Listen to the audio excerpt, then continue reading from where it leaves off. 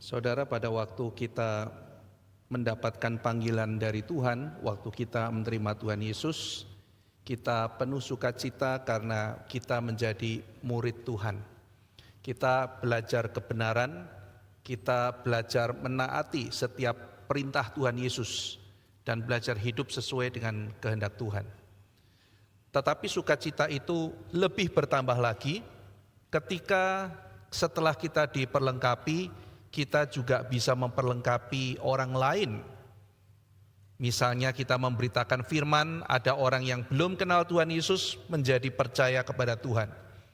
Atau ada orang-orang yang sudah percaya Tuhan Yesus, lalu kemudian karena bersentuhan dengan kita bisa membimbing hidupnya, makin sepadan dengan Injil, makin bisa hidup melayani Tuhan dan menjadi berkat. Maka sukacitanya double. Sukacita pertama, saya menjadi murid Tuhan.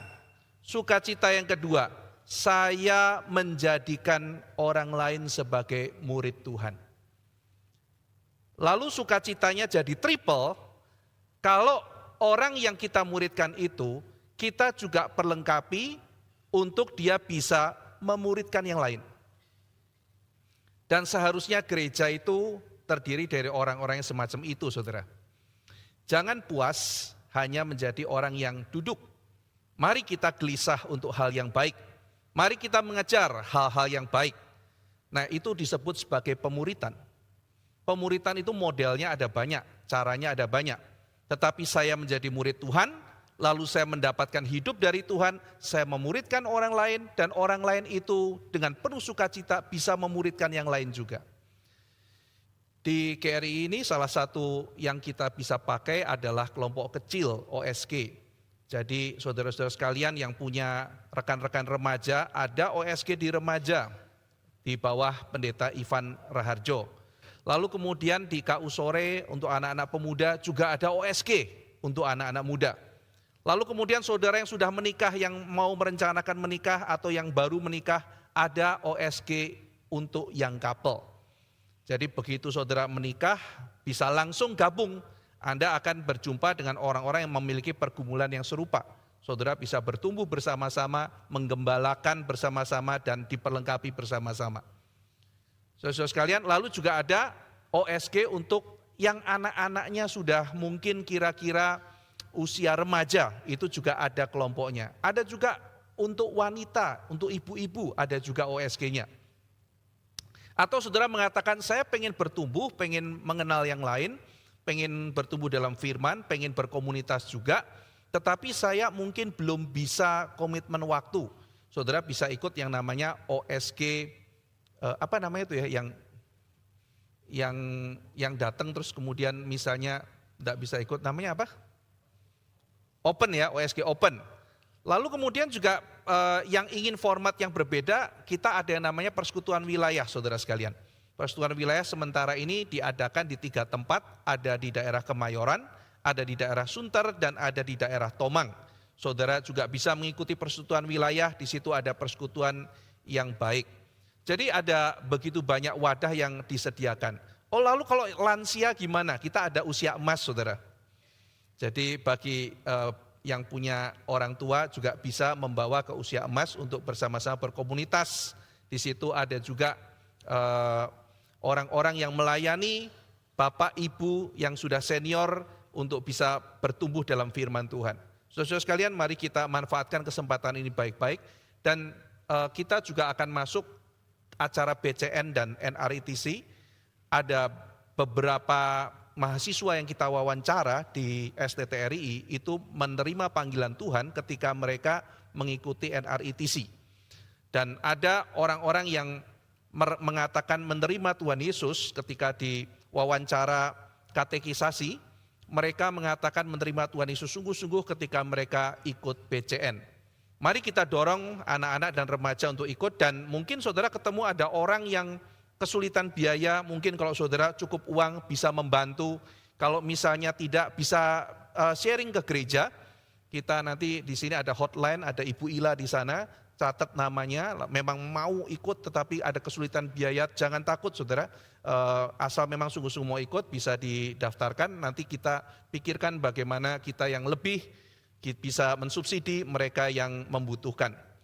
Baik, itu pengumuman dari saya dan biarlah, ada klipnya enggak ya untuk OSG ya? Siap, kalau ada siap tolong diputar.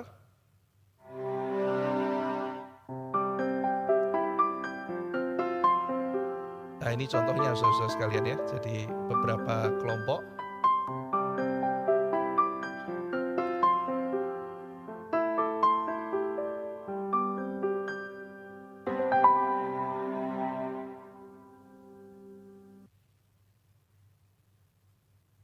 Seringkali mereka juga berkumpul dan saya dapat cerita ya, mereka memberitakan Injil juga kepada orang tua yang belum percaya Tuhan, mereka juga bergumul, mungkin punya orang tua yang belum percaya Tuhan, lalu ada acara yang dibuat, ada kesempatan memberitakan Injil, dan saya juga mendengar kabar beberapa orang sudah percaya kepada Tuhan Yesus. Ada banyak kegiatan yang bisa dilakukan, dan mari kita bersama-sama saling mengenal dan bertumbuh. Seringkali kalau saya dapat kabar, itu misalnya Pak Ivan ada yang sakit, berita sampai ke saya saudara sekalian, kelompoknya itu sudah temenin ke rumah sakit, lalu kemudian kasih penghiburan, ada apa, jadi mereka saling menggembalakan. Ya, lalu kemudian sudah beres, kabar sampai ke saya mau cari, sudah semuanya beres. Jadi kadang-kadang saudara lihat ya, kalau kita tidak punya kelompok dan sebagainya, halo, ya sakit ya, iya Pak Ivan, sudah berapa lama? Oh udah 3 bulan yang lalu gitu, waduh sudah telat gitu ya beritanya. Tidak ada yang tahu, tidak ada yang apa begitu ya, tetapi kalau ada di dalam satu komunitas saudara bisa saling mengenal, bisa saling bertumbuh, dan bisa saling menggembalakan. Misalnya ada yang kesulitan, ada yang mengalami musibah, tetapi karena di dalam satu komunitas bisa saling menolong, bisa saling menguatkan, sehingga dengan demikian boleh menjadi satu komunitas yang bertumbuh dalam Tuhan.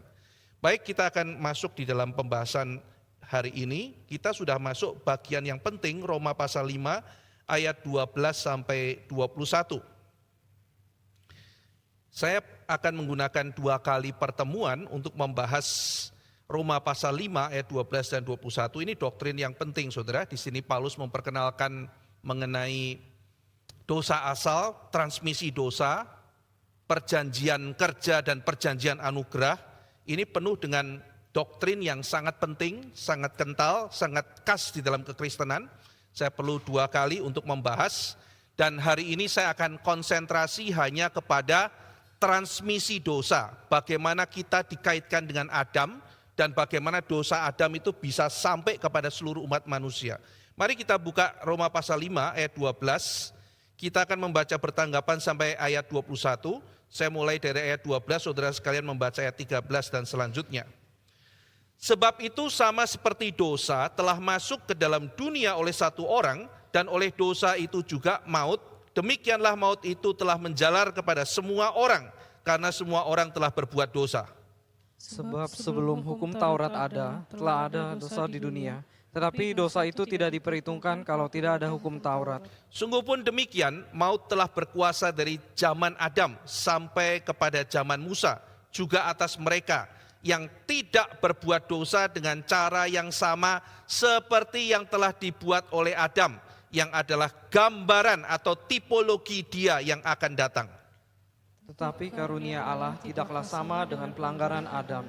Sebab jika karena pelanggaran satu orang, semua orang telah jatuh di dalam kuasa maut, jauh lebih besar lagi kasih karunia Allah dan karunia-Nya yang dilimpahkannya atas semua orang karena satu orang, yaitu Yesus Kristus. Dan kasih karunia tidak berimbangan dengan dosa satu orang, sebab penghakiman atas satu pelanggaran itu telah mengakibatkan penghukuman, tetapi penganugerahan karunia atas banyak pelanggaran itu mengakibatkan pembenaran. Sebab jika oleh dosa satu orang, maut telah berkuasa oleh satu orang itu, maka lebih benar lagi mereka yang telah menerima kelimpahan kasih karunia dan anugerah kebenaran akan hidup dan berkuasa oleh karena satu orang itu, yaitu Yesus Kristus. Sebab itu sama seperti oleh satu pelanggaran, semua orang beroleh penghukuman, demikian pula oleh satu perbuatan kebenaran, semua orang beroleh pembenaran untuk hidup. Jadi sama seperti oleh ketidaktaatan satu orang, semua orang telah menjadi orang berdosa. Demikian pula oleh ketaatan satu orang, semua orang menjadi orang benar. Tetapi hukum Taurat ditambahkan supaya pelanggaran menjadi semakin banyak, dan di mana dosa bertambah banyak, di sana kasih karunia menjadi berlimpah-limpah. Supaya sama seperti dosa berkuasa dalam alam maut, demikian kasih karunia akan berkuasa oleh kebenaran untuk hidup yang kekal oleh Yesus Kristus Tuhan kita. Mari kita berdoa. Bapa dalam surga, beranugerahlah, tolong kami, singkapkan mata hati kami, sehingga kami boleh melihat kebenaran dan kemuliaan-Mu. Tolong kami untuk memahami pengajaran yang penting yang telah Kau sampaikan melalui Roh Kudus, memakai Rasul Paulus. Terima kasih ya Tuhan, dalam nama Tuhan Yesus kami berdoa. Amin.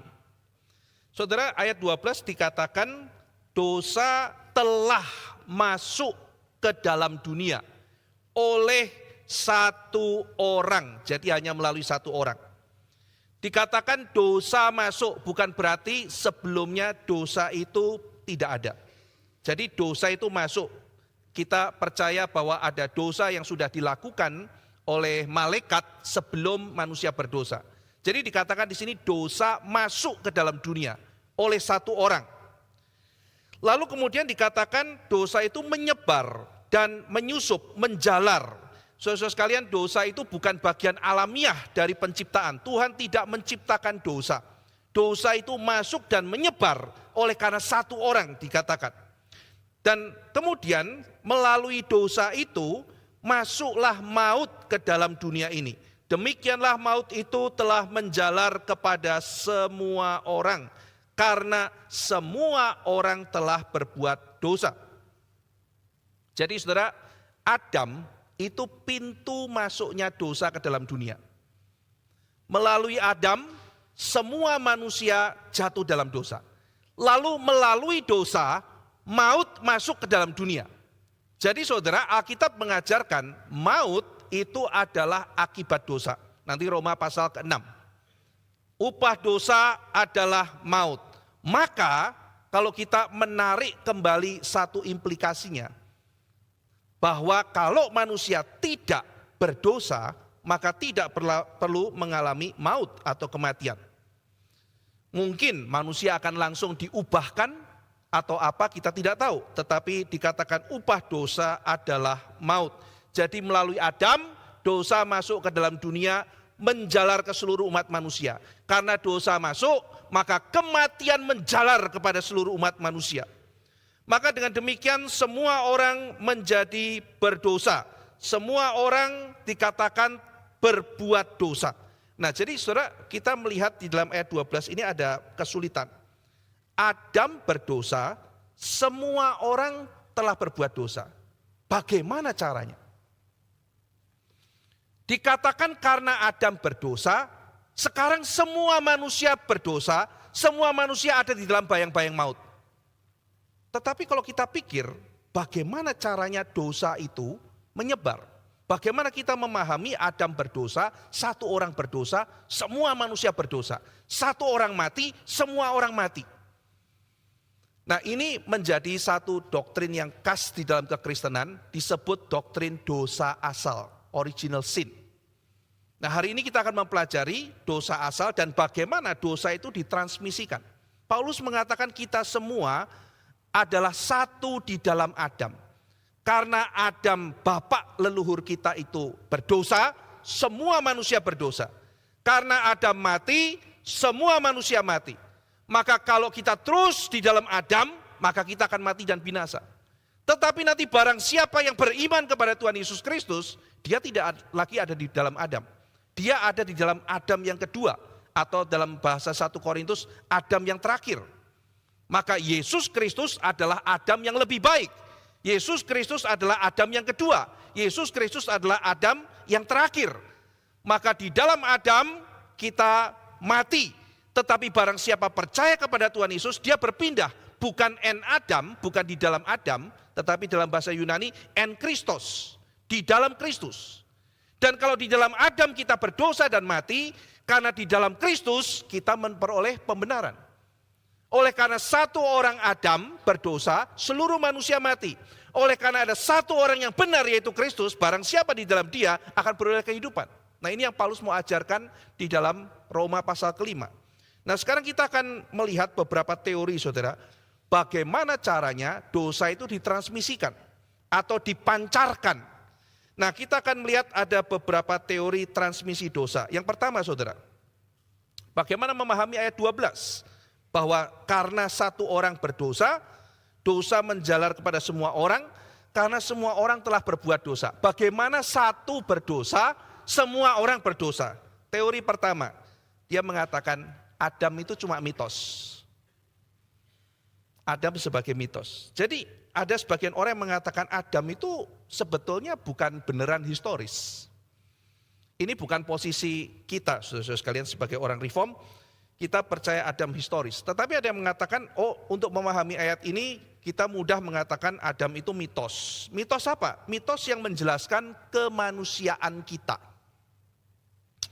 Jadi sebetulnya pasal 5 ini mau menyatakan manusia itu memang rapuh. Manusia itu memang makhluk yang gampang jatuh dalam dosa. Maka bagaimana memahami Roma pasal 5, bukan Adam satu orang berdosa maka semua manusia berdosa, bukan begitu. Tetapi cerita Adam ini adalah mitos yang menjadi simbol kemanusiaan kita. Maka tidak perlu menyalahkan Adam. Tidak perlu menyalahkan siapapun. Mungkin kalau, wah Adam historis, nanti kita salahkan Adam loh. Kita bersalah karena ada yang mewariskannya dari kita. Saudara, nanti bukan hanya kekristenan, ada teori-teori warisan sekuler.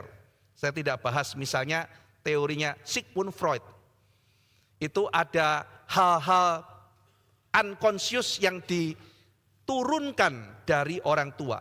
Lalu kemudian misalnya konsep mengenai totem, tabu, itu sesuatu yang diturunkan oleh orang tua. Nanti Carl Jung bicara mengenai teori archetype, sesuatu dari orang tua yang diturunkan kepada keturunannya. Saya tidak bahas masalah itu, tetapi di sini teori Adam sebagai mitos mau mencoba untuk yuk kita tidak usah salahkan yang masa lalu.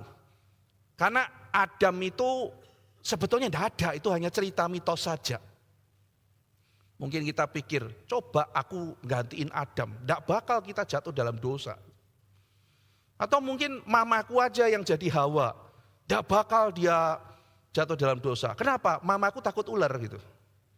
Jadi begitu ular muncul pasti dia lari duluan gitu. Jadi tidak akan jatuh seperti Hawa. Jadi mari kita tidak salah-salahan gitu, kayak kata orang yang percaya Adam hanya mitos. Jadi Adam itu hanya menyatakan siapakah manusia saja. Itu cerita yang dibuat oleh orang zaman dulu untuk menggambarkan kita itu seperti apa. Nah jadi saudara-saudara sekalian, Adam jatuh dalam dosa menggambarkan ya kita semua ini memang jatuh. Jadi bukan karena Adam jatuh semua manusia jatuh. Tetapi karena kita semua jatuh, kita membuat sebuah cerita untuk menggambarkan kita. Kira-kira begitu saudara. Nah tetapi meskipun tidak perlu menjelaskan saudara, oh coba buktikan Adam itu historis apa tidak, nah, itu tidak perlu. Tidak perlu ada pembuktian bagi orang-orang yang percaya Adam itu mitos. Tetapi teori ini juga problem saudara.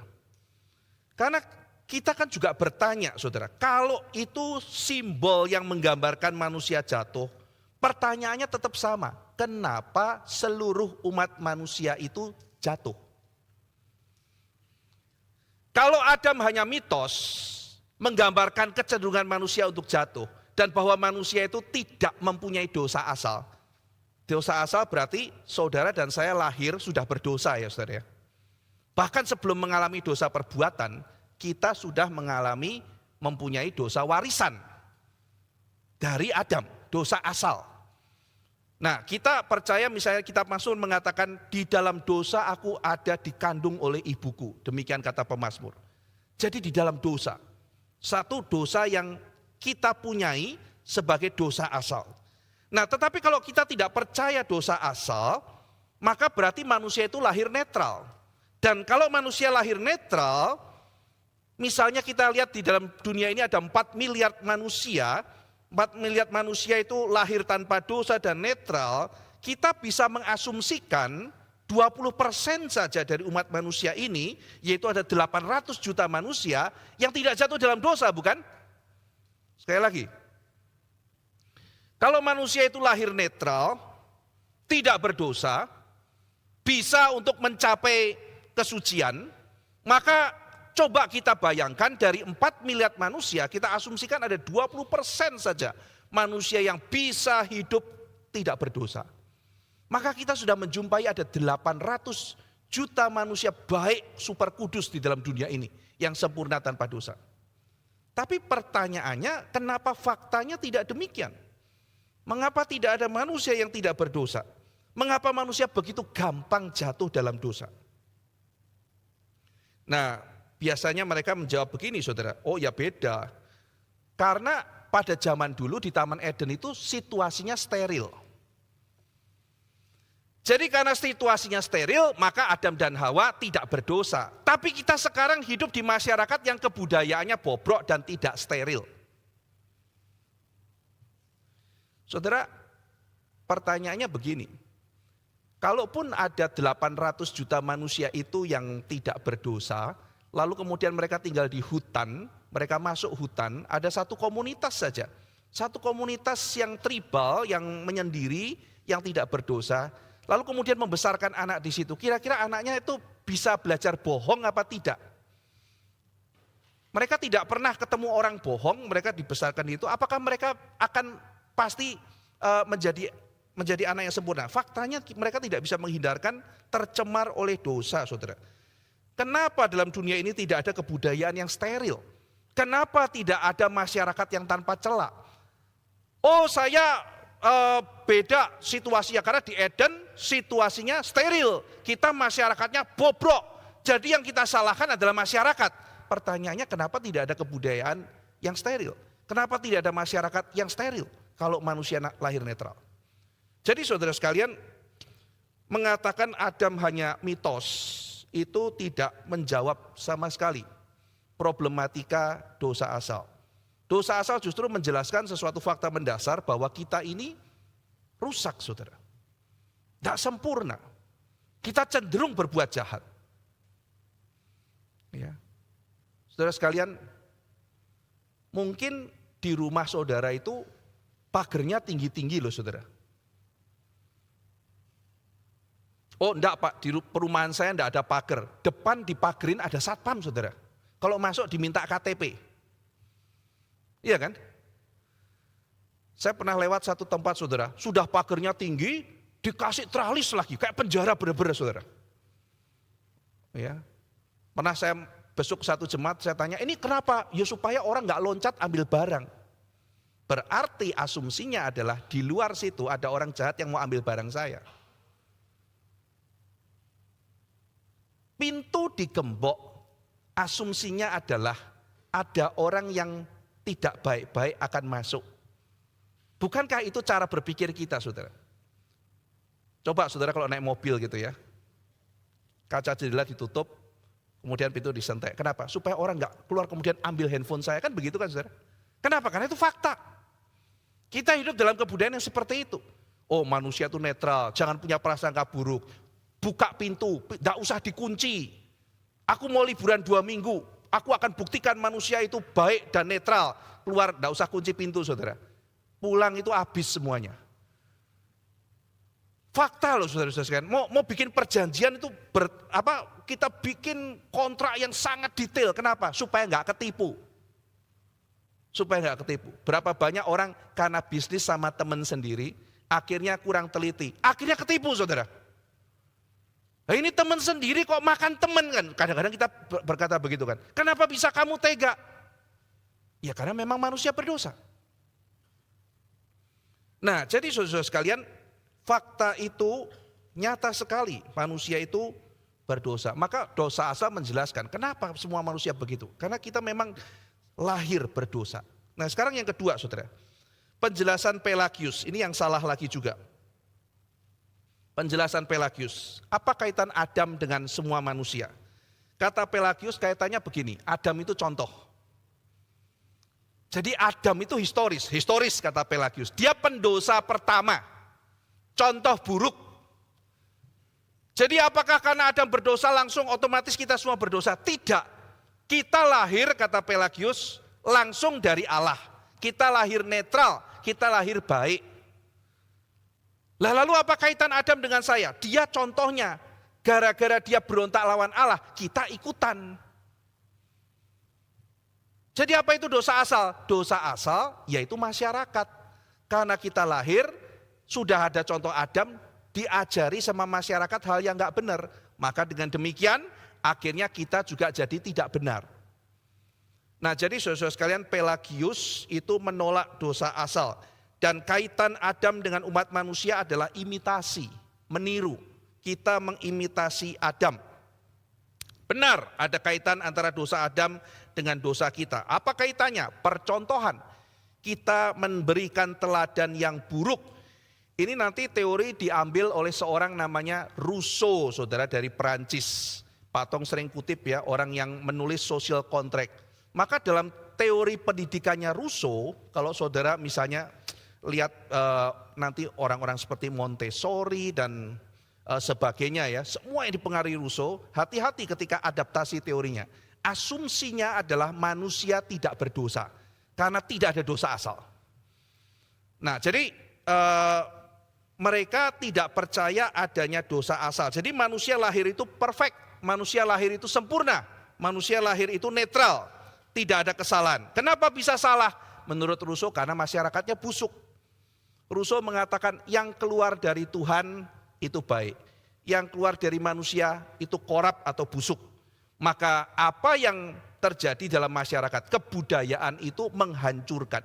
Maka dia nanti memuja yang namanya adalah noble savage, orang barbar yang berbudaya, orang barbar yang baik. Lebih baik orang kembali ke alam, tidak banyak kebudayaan, karena kebudayaan merusak, membuat munafik dan sebagainya. Jadi yang mengkorupsi dan menghancurkan manusia, yang membuat dosa itu adalah kebudayaan, masyarakat. Dosa itu dibiasakan. Dosa itu bukan defek, bukan status, tetapi dosa itu adalah sebuah act atau tindakan. Dosa itu bukan status, tapi dosa itu adalah action. Nah, saudara, kalau mempelajari seorang teolog bernama Kierkegaard, dia mengatakan despair is sin. Apa itu dosa? Dosa adalah sebuah keputusasaan terhadap diri. Maksudnya begini, saudara. Ketika manusia itu menolak Tuhan di dalam membentuk jati diri, dia sedang mau menjadi diri yang pisah dari Tuhan, itu dosa.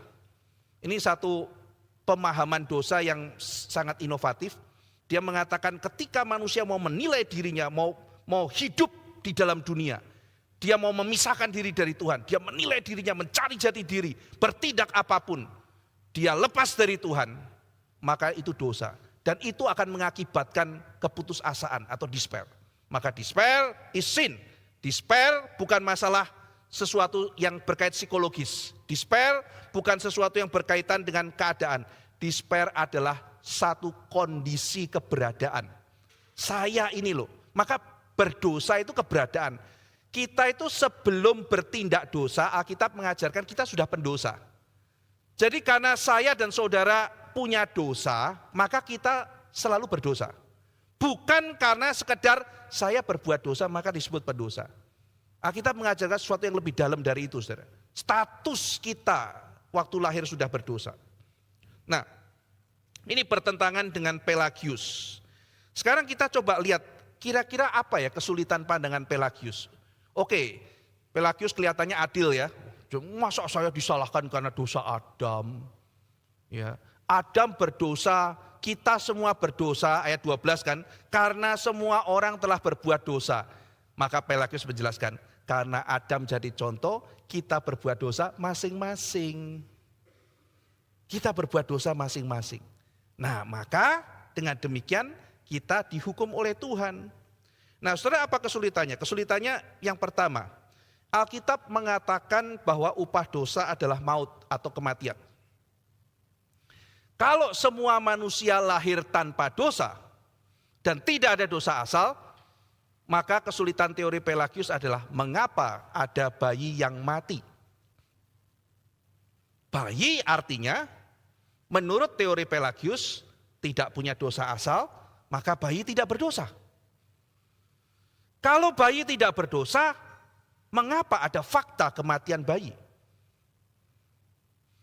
Kalau kematian adalah akibat dosa, upah dosa adalah maut, maka kalau ada bayi yang meninggal, maka berarti bayi itu berdosa. Lalu dosa siapa? Kalau dia tidak berdosa, maka dia tidak perlu mati. Nah, saudara sekalian, maka dalam teori Pelagius tidak bisa menjelaskan hal ini. Kematian bayi kan belum bisa melakukan dosa perbuatan. Jikalau Pelagius benar, bayi tidak perlu mati. Ini kesulitan pertama, saudara. Kesulitan berikutnya adalah kematian masuk akibat dosa satu orang, yaitu Adam. Bukan bermacam dosa kita. Coba kita perhatikan ayat 15 ya saudara. Tadi yang kita sudah baca, kita perhatikan lagi. Tolong ditampilkan ayat 15. Tetapi karunia Allah tidaklah sama dengan pelanggaran Adam. Perhatikan, sebab jika karena pelanggaran satu orang, perhatikan, bukan kita dan satu orang Adam, tapi karena pelanggaran satu orang, semua orang telah jatuh di dalam kuasa maut. Ya, jadi bukan karena Adam jatuh dan kita tiru-tiru, bukan saudara. Karena satu orang berdosa, semua orang berdosa. Itu kata Alkitab. Jadi dengan demikian contoh dari Pelagius tidak cocok. Contoh Pelagius, Adam berdosa, kita tiru-tiru, maka dihukum. Alkitab mengatakan tidak. Karena satu orang berdosa, ya semua orang dihukum. Semua orang berdosa karena satu orang yang berdosa. Nah sekarang kita masuk kepada kesulitan ketiga. Ya, jadi kesulitan ketiga. Kesulitan ketiga setelah nanti kita meneruskan ayat 15, kita melihat Paulus mengkontraskan Adam dan Kristus. Paulus mengkontraskan karena ketidaktaatan satu orang namanya Adam, maka semua berdosa dan dihukum. Karena ketaatan satu orang yaitu Kristus, semua dibenarkan. Nah, kalau misalnya Pelagius benar, Pelagius kan begini, karena dosa Adam, kita tiru-tiru berdosa, maka saya dihukum. Paralelnya jadi gimana saudara? Dan karena ada Kristus yang benar, lalu kita semua juga benar, maka kita dibenarkan. Kan jadi begitu saudara. Jadi kalau begitu pembenaran karena apa? Ya karena saya benar, niru Kristus. Kristus dengan saya kaitannya apa? Kristus berbuat benar, saya meneladani dia, maka saya selamat. Ini bukan Injil saudara. Sekali lagi ya saudara, yang benar kan begini, Adam dosa, kita semua dosa, mati saya gitu. Tapi ada satu yang benar saudara, kita nggak benar, tapi dia benar saudara. Ya. Lalu kemudian kita percaya kepada dia, kita dibenarkan. Kan begitu kan saudara ya, itu Injil kan. Nah coba kita sekarang Pelagius. Adam berdosa, saya nggak ikutan dosa, tapi saya kemudian karena ikutan dosa, nah saya masuk ke Adam. Tiba-tiba ada Kristus, Kristus benar, oh contoh yang benar, aku ikutan contohnya Kristus, maka aku dibenarkan karena aku ngikut Kristus, jasa aku ngikut Kristus itu penting. Ini bukan Injil, tapi kalau sudah tanya itu sama Pelagius, berarti kalau begitu manusia benar karena Kristus, bukan karena Kristus ya, tapi karena kita meneladani Kristus. Exactly, kata Pelagius. Memang dia bidat sih saudara. Sudah dikondem sebagai bidat. Jadi kita diselamatkan itu bukan karena sekedar beriman pada Kristus. Kita itu melakukan kebenaran kayak Kristus. Bahkan dia percaya ada keselamatan di luar Kristus. Loh kalau begitu apa gunanya kekristenan? Kata Pelagius kira-kira kalau zaman sekarang gini saudara. Kamu kalau mau naik ke lantai 100, kamu mau pakai tangga ya boleh gitu. Tapi ngapain kamu naik tangga kalau ada lift? Kalau sama lewat Kristus itu kayak naik lift gitu. Tapi naik tangga juga bisa sampai lantai 100. Kira-kira cuma seperti itu Ustaz. Ya, kalau pakai perumpamaan di zaman sekarang. Ya, dan ini kita tidak bisa terima teori Pelagius. Oke, sekarang kita buang dua itu, sekarang kita masuk teori yang ketiga. Ya. Bagaimana dosa Adam sampai kepada seluruh umat manusia, sampai pada kita. Yang ketiga adalah teori realisme atau seminal. realisme, artinya waktu Adam berdosa, secara real kita juga ikutan dosa bareng Adam. Seminal itu benih ya, karena kita ada di dalam Adam waktu itu. Kita masih benih di dalam Adam. Jadi Adam tuh bapak seluruh umat manusia, kita ada dalam benihnya dia. Waktu Adam dosa, karena dia bapaknya kita ikutan dosa saudara sebagai individu. Meskipun belum jadi. Dan ketika Adam berdosa, maka kita yang di dalamnya dia juga ikut mengalami maut. Karena kita adalah secara real mengalami di dalam Adam. Ini teori seminal. Ya, jadi karena kita secara manusia itu menjadi satu dalam Adam, ya kan? Secara organik, secara fisiologis kita itu berasal dari Adam. Sehingga semua manusia hadir di dalam Adam secara alamiah, secara biologis, secara fisik dalam bentuk benih atau seminal. Ya. Maka karena nanti dari Adam dan Hawa semua manusia diturunkan, maka kita semua boleh dikatakan ada dalam benihnya. Nah ini teori diambil saudara oleh Agustinus, Jonathan Edward ya, termasuk orang-orang reform ya seperti Jonathan Edward. Itu dari ketika dalam kitab Ibrani dikatakan bagaimana Kristus bisa menjadi imam besar. Kan dia suku Yehuda. Orang imam besar kan adalah keturunan Lewi. Ya kan? Yehuda sama Lewi kan beda saudara ya. Kalau suku Yehuda pasti bukan Lewi, Yehuda kan anak keempat saudara. Ruben, Simeon, Lewi kan anak ketiga, Yehuda anak keempat ya kan. Jadi kalau keturunannya Yehuda, itu raja kan biasa keturunan Yehuda. Imam keturunannya Lewi, imam besar keturunan Harun kan. Nah Yesus kenapa disebut imam besar? Dia kan bukan keturunan Harun, dia keturunannya Lewi, Yehuda. Kalau disebut Yesus keturunan raja, iya dia keturunannya Daud.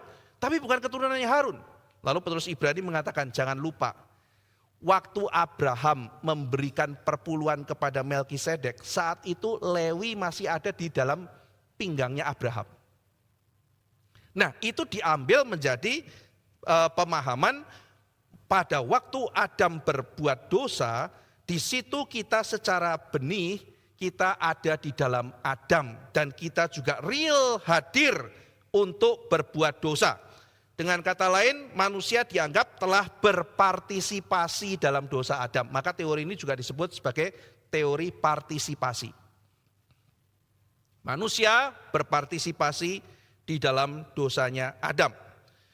Nah saudara-saudara sekalian, maka karena Adam berdosa, maka secara fisik kita juga hadir, kita semua ikut berdosa di dalam Adam. Nah Bapak Gereja yang besar yang mendukung ini adalah Agustinus. Agustinus ketika membaca Roma pasal 5:12 mengatakan iya secara real kita mengalaminya di dalam Tuhan, di dalam Adam. Nah sehingga dengan demikian dia mengajarkan ada namanya dosa asal.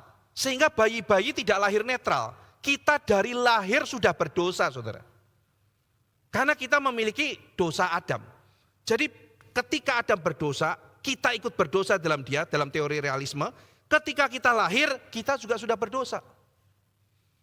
Ya. Itu sebabnya saudara sekalian, bagaimana dengan kematian bayi? Kita kembalikan karena keselamatan adalah anugerah Tuhan. Kita kembalikan kembali kepada tangan Tuhan. Karena Tuhan yang tahu siapa yang dipilih, siapa yang tidak. Maka kedaulatan Allah adalah penghiburan bagi orang tua yang ditinggalkan oleh anaknya yang kekasih. Nah saudara sekalian, Agustinus mengajarkan bahwa itu benar-benar nyata. Pada waktu Adam berdosa, kita sebagai individu juga berdosa di dalam dia.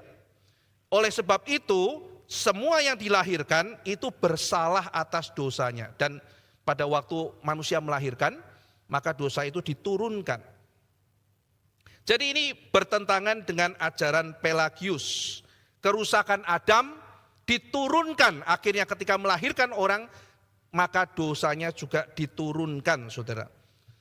Nah jadi dosa hadir secara universal dalam semua manusia. Bukan melalui peniruan tetapi melalui keturunan. Karena kita semua ada di dalam Adam. Nah saudara meskipun pandangan ini menjadi sesuatu perbaikan dari pandangan Pelagius. Tetapi ada sejumlah keberatan yang bisa kita ajukan. Misalnya saudara sekalian, tadi Paulus mengatakan dosa satu orang, bukan dosa semua orang dalam Adam. Sekali lagi, yang berdosa Adam, maka semua manusia berdosa. Jadi bukan dosa Adam yang mengandung semua umat manusia, tidak demikian saudara. Ya, jadi kita tidak hadir berpartisipasi aktif di dalam dosanya Adam. Nah, sehingga dengan demikian poin Paulus adalah karena kematian satu orang, maka kita semua binasa. Oleh karena pembenaran yang dikerjakan satu orang, kita semua dibenarkan. Jadi saudara sekalian, ada alternatif yang lain lagi dari yang ketiga, ini yang saya pegang yaitu yang keempat, yaitu teori federalisme. Ini yang biasa dipegang oleh orang reform. Kita masuk teori yang keempat, teori federalisme atau teori representasi. Nah hari ini cukup ini ya saudara ya, cukup teknikal gitu ya. Tetapi ini doktrin yang penting, makanya saya mengatakan hari ini saya spesifik membahas mengenai transmisi dosa. Baru minggu yang akan datang, saya akan lanjutkan mengenai dua perjanjian. Covenant of work, perjanjian kerja, dan covenant of grace. Nanti munculnya Taurat dan ada kalimat mengatakan, di mana ada banyak pelanggaran, di situ anugerah berlimpah-limpah. Nanti pasal 6, Paulus mengatakan, kalau gitu saya banyak bikin dosa, supaya anugerahnya banyak. Saudara masih ingat saya khotbah mengenai seorang namanya Rasputin? Kalau mau anugerahnya banyak, dosanya bikin banyak. Karena ayat itu saudara, dipermainkan.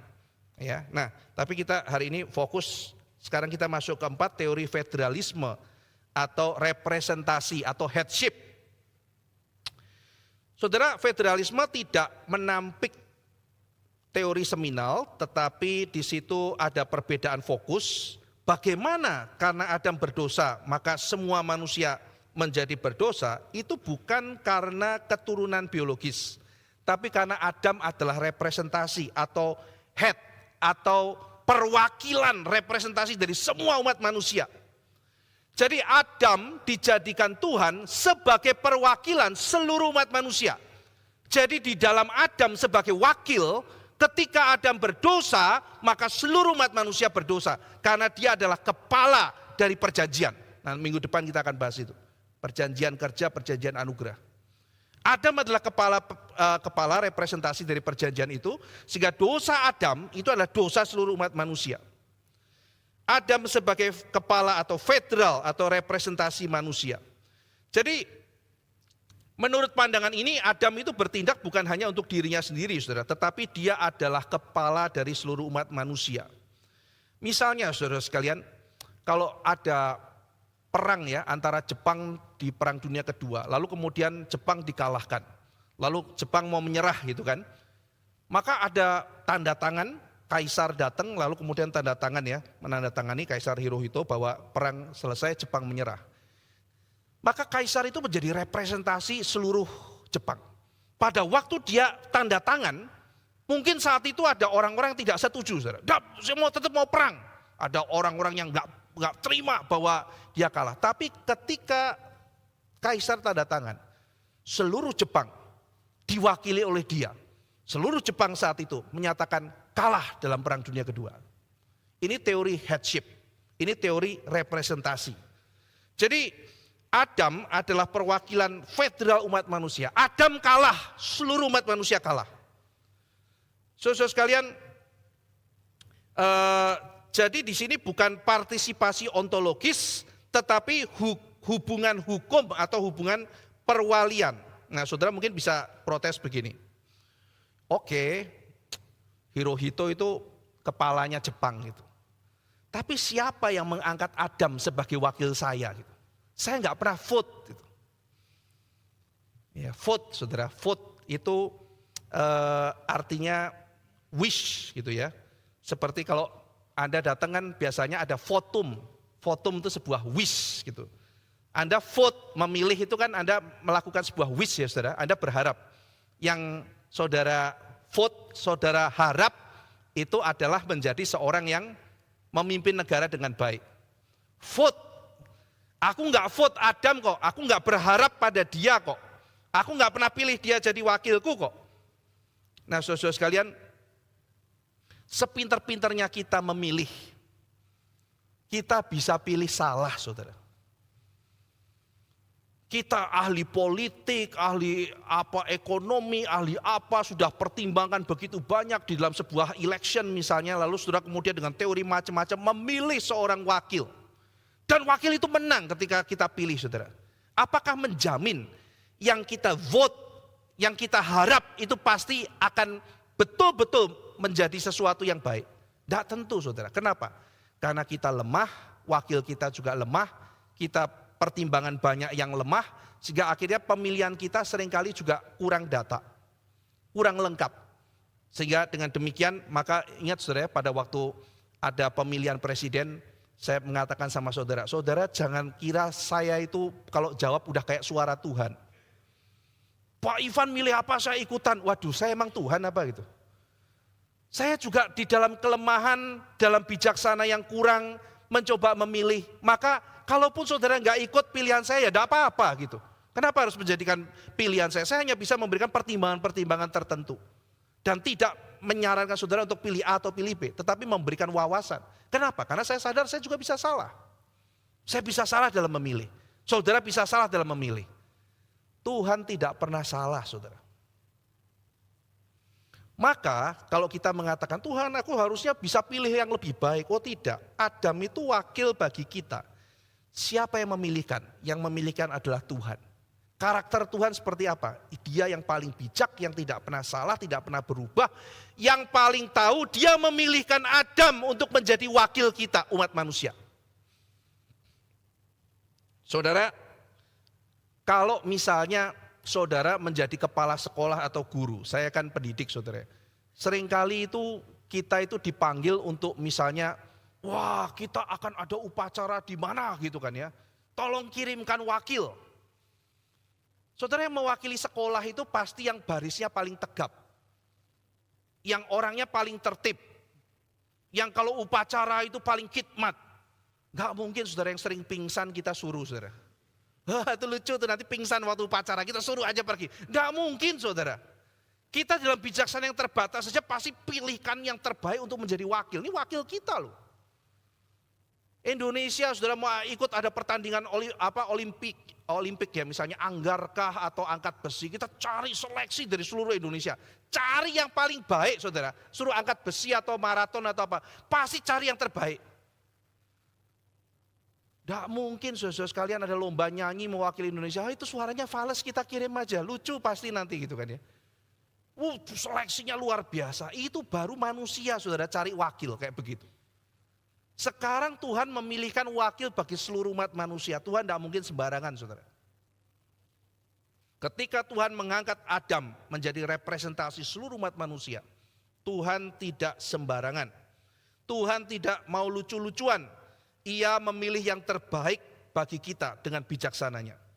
Nah kita selalu pikir saudara, aduh kalau saya ada di sana keadaan akan beda.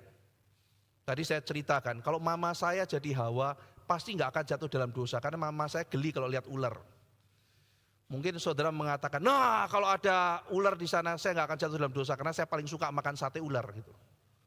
Saya sate nanti gitu ya. Oh saya akan pagerin gitu kan ya, macam-macam teorinya saudara. Saya akan tidak gubris ular karena saya lebih sibuk cari jengkol sama lalap buat makan siang gitu ya. Kan Taman Eden kan banyak tanaman saudara ya.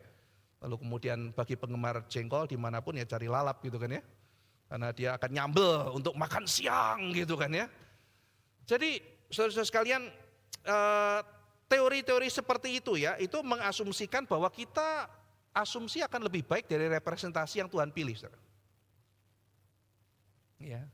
Saudara, kalau Indonesia akhirnya memilih seorang atlet tinju misalnya ya, akan mewakili Olimpiade. Lalu kita mengatakan, saudara, aduh saya lebih baik, ya kita buktikan aja saudara. Tapi seringkali bukankah justru malah kita tuh tidak bisa tinju gitu kan ya.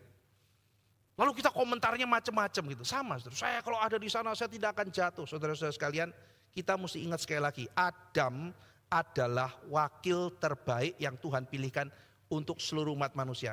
Namanya wakil, karena Adam berdosa, kita berdosa, artinya saudara, kalaupun kita yang ada di sana, kita juga pasti jatuh. Karena Adam itu perwakilan seluruh umat manusia. Kita tidak lebih baik juga. Jadi ketika kita di sana, ya kita jatuh. Saudara bisa memahami ini ya. Jadi, oh kalau saya ada di sana, pasti kita masih ada di Eden. Saya lebih taat dari Adam. Adam tuh mungkin tidak lulus katekisasi gitu. Saya sudah ikut ini, mungkin ya, sudah nggak tahu lah, mungkin ada pikir seperti itu. Tetapi saudara sekalian, justru kita bisa melihat kegagalan kita di dalam kegagalan Adam. Kalau representasi yang terbaik aja gagal, apalagi kita, saudara. Apalagi kita. Nah, saudara sekalian, itu sebabnya maka ketika Adam berdosa, dia adalah representasi seluruh umat manusia, maka di dalam Adam kita berdosa. Nah, di dalam ayat 14 dikatakan tadi saya sudah tekankan ya, Adam dalam ayat 14 adalah gambaran atau tipologi, type terjemahan ESV, pattern terjemahan NIV. Pattern dari dia yang akan datang yaitu Kristus. Jadi Paulus mengkontraskan antara Adam dan Kristus. Di dalam Adam kematian, dia representasi kematian. Di dalam Kristus representasi kehidupan. Di dalam Adam ada pelanggaran dan ada hukuman. Di dalam Kristus ada kasih karunia dan pembenaran. Dan Paulus mengatakan pelanggaran itu tidak sebanding dengan kasih karunia besar yang diberikan oleh Kristus.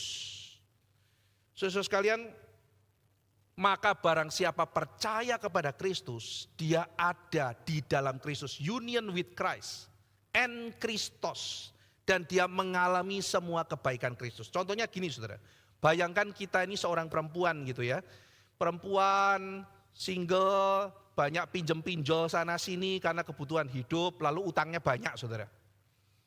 Ya, jadi kita ini korban pinjol, sebagaimana banyak korban yang lain.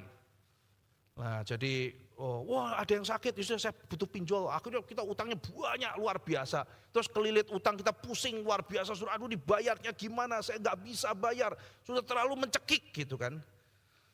Lalu tengah-tengah itu saudara, kita jatuh cinta lalu kemudian pacaran sama seorang pria.